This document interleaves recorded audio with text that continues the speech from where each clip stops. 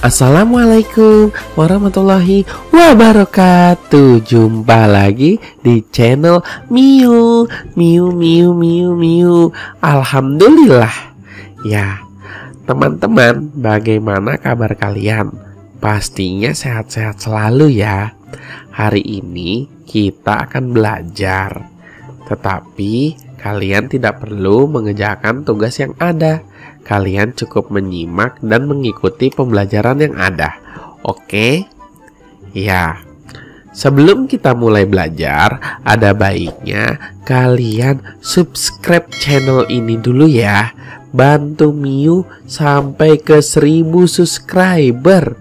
Ya, lah sebaiknya kita berdoa terlebih dahulu. Berdoa menurut agama dan kepercayaan masing-masing dimulai. Selesai. Nah, hari ini kita akan belajar tentang tema 4, subtema 4, pembelajaran pertama. Nah, ini tetap dibuat oleh SDN Wijaya Kusuma. Nah, kita mulai ya belajarnya. Nah, di subtema 4 ini kita akan hidup bersih dan sehat di tempat umum. Seperti yang kalian tahu, pada kondisi pandemi saat ini, kita harus berhati-hati ketika keluar rumah. Harus menggunakan masker, mencuci tangan dimanapun dan kapanpun, menjaga jarak, serta memakan makanan yang bergizi agar tubuh kita tetap sehat. Oke. Tempat umum merupakan milik bersama. Tempat umum diantaranya jalan raya, pasar, terminal, dan tempat wisata. Kebersihan tempat umum wajib kita jaga. Hal ini dilakukan agar pengunjung merasa nyaman. Nah, kalian bisa lihat di situ, ternyata Dayu dan kawan-kawan juga membantu membersihkan tempat umum. Ya, mereka sedang bekerja bakti ya, hebat sekali. Nah, yang dilakukan oleh Dayu dan teman-teman serta warga pada gambar adalah melakukan kegiatan kerja bakti atau bergotong royong membersihkan lingkungan. Nah, bagaimana pendapat kalian tentang kegiatan yang mereka lakukan? Pastinya sangat baik ya. Apakah kalian setuju dengan kegiatan mereka? Kalau Miu sih pastinya setuju. Lanjut. Nah, kita memasuki mata pelajaran bahasa Indonesia. Pada mata pelajaran bahasa Indonesia, kita akan berjalan-jalan ke Kebun Raya Bogor. Kelas Dayu melakukan karya wisata. Mereka berkunjung ke Kebun Raya Bogor. Petugas memberikan penjelasan kepada Dayu dan teman-teman. Nah, dengarkan percakapan berikut ya. Nah, di situ Dayu dan teman-teman sedang dipandu oleh kakak. Nah, adik-adik, terima kasih telah berkarya wisata di Kebun Raya Bogor. Di sini banyak tanaman hias. Di sini juga ada hutan lindung. Kita selalu membersihkannya setiap hari. Mengapa harus dibersihkan, Kak? Di sini kan hanya ada pohon-pohon, jadi tidak dibersihkan pun tidak apa-apa. Betul, walaupun begitu harus tetap dibersihkan. Hutan ini harus tetap asri dan indah dipandang. Wah, ternyata bukan hanya lingkungan rumah, lingkungan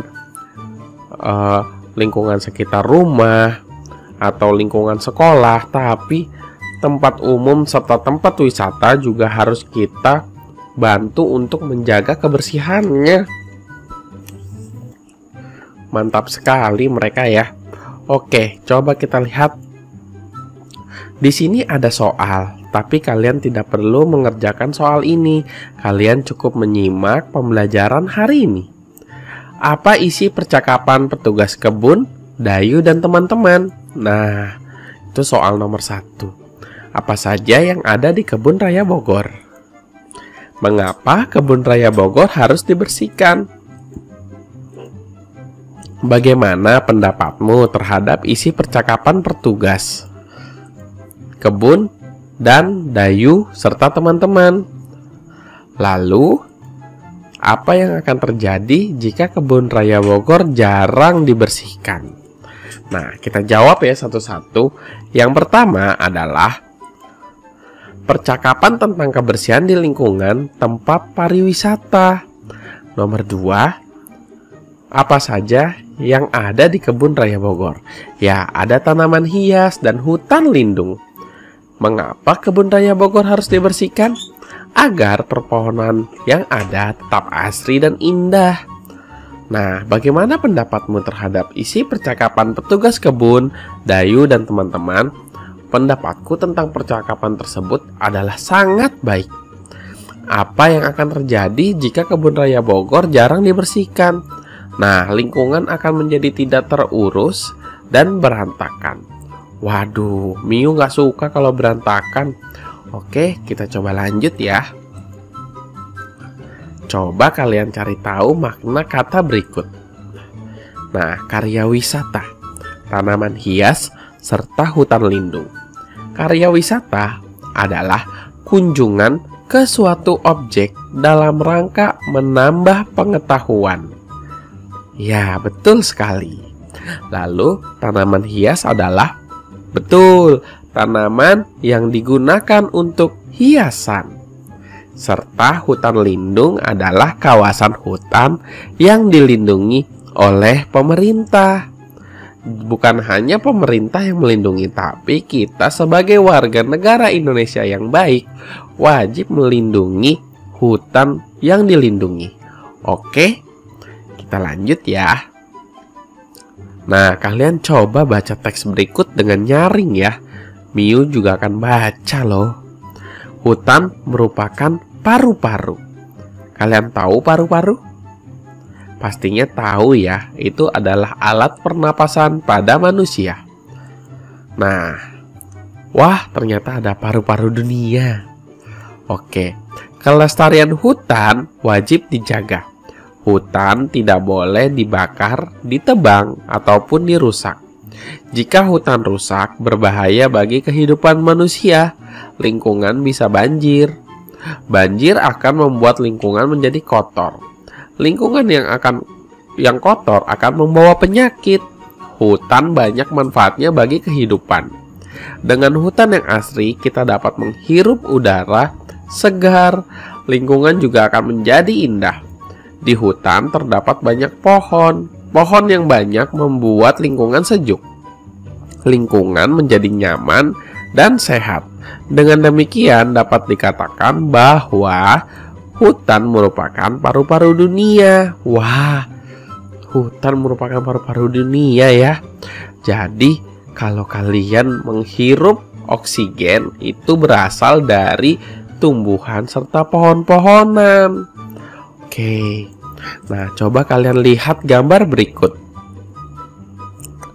Wah, itu indah ya. Banyak hijau-hijaunya. Miu suka sekali.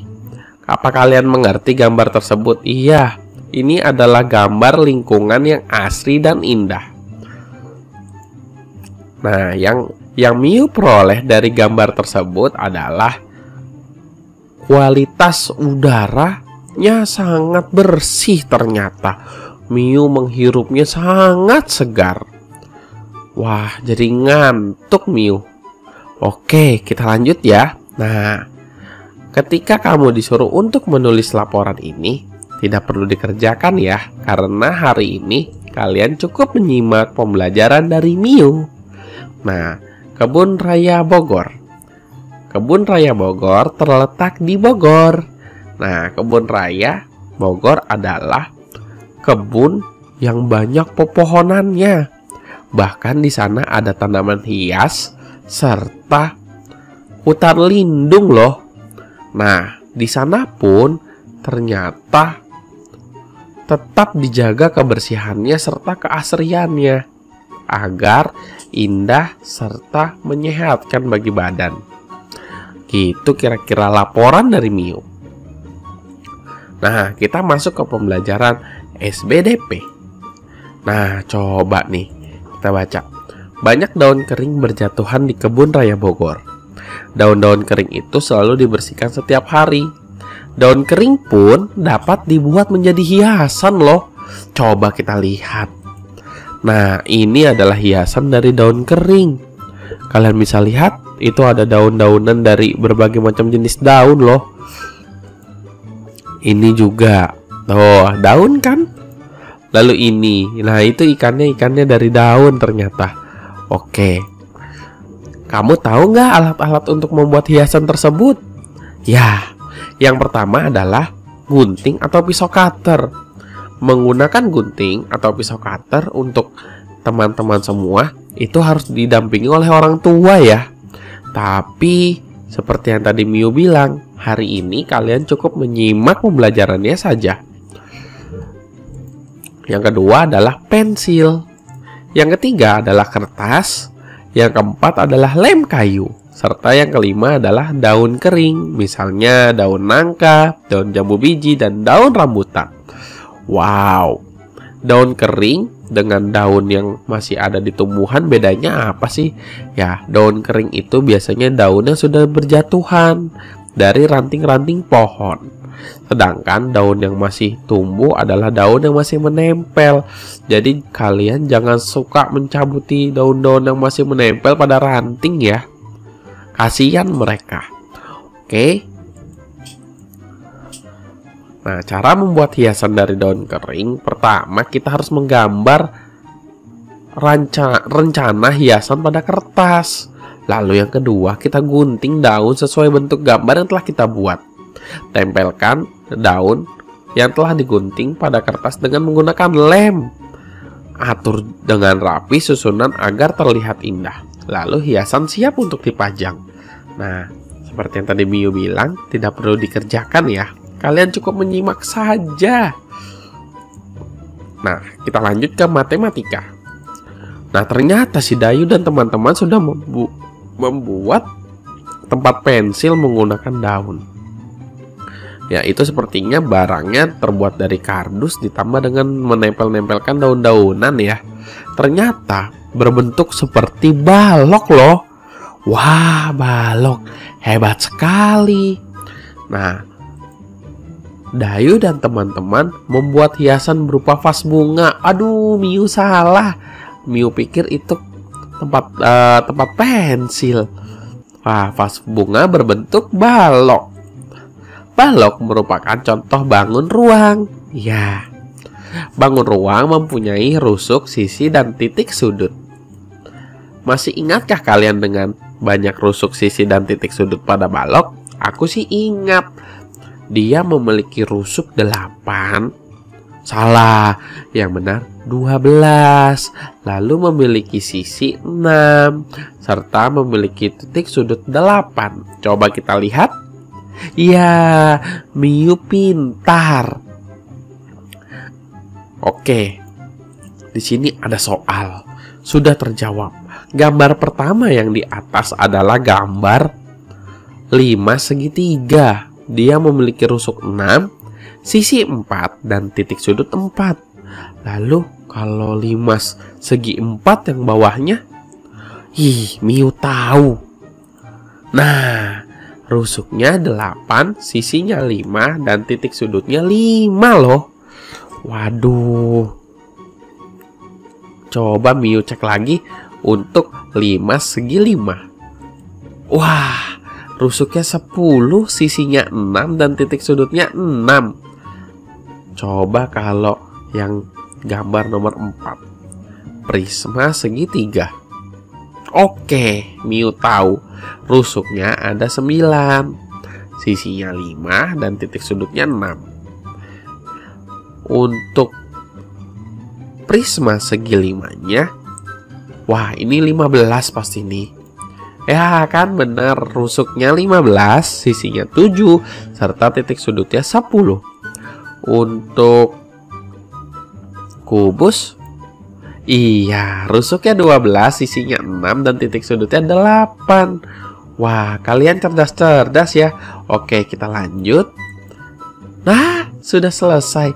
Terima kasih untuk pembelajaran hari ini. Jangan lupa bantu subscribe channel Miu. Nah, tetap di rumah, jaga kesehatan, dan rajin cuci tangan. menggunakan sabun untuk mencegah penularan COVID-19. Nah, ini salam dari Pak Maren. Bye-bye. Assalamualaikum warahmatullahi wabarakatuh.